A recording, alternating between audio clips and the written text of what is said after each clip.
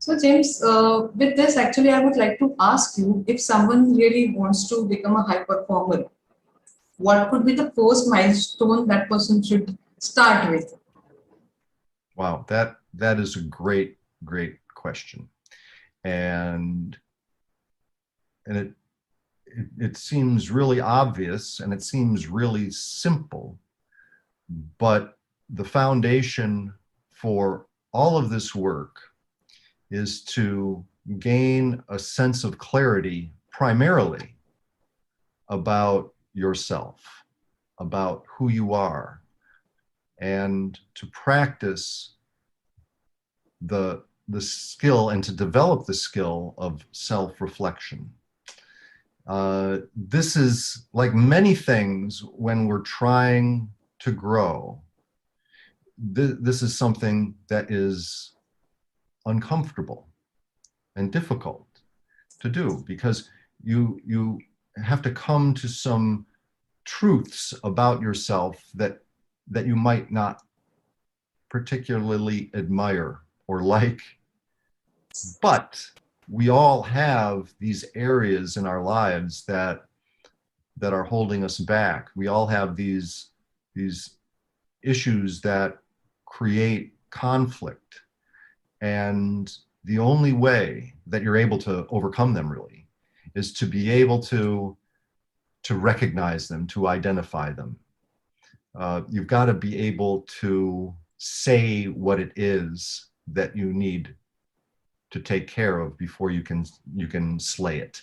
You have to say it before you can slay it, is something that I often say.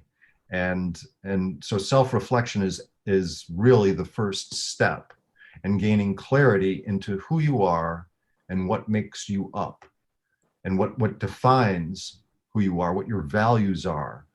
You might think you know them, but until you stop and actually think about them and put pen to paper and write them down, you haven't really explored in depth. And we are complicated people. Well, we're complicated beings, I meant to say. Yeah.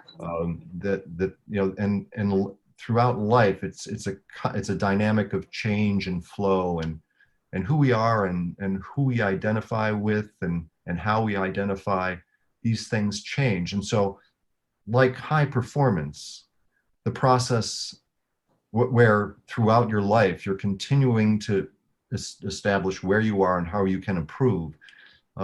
The same thing goes with self-reflection. It's a continual process. It's something that high performers are always engaged in, and there's there's just so much opportunity for us to be able to find the time.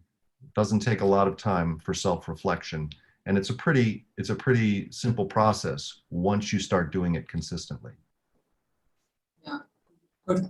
Thank you, James, for sharing this. And yes, I actually completely agree with you that most of the time, these things like self-reflection, self-understanding, what people think is, even I used to think that way, that yes, I know everything about myself.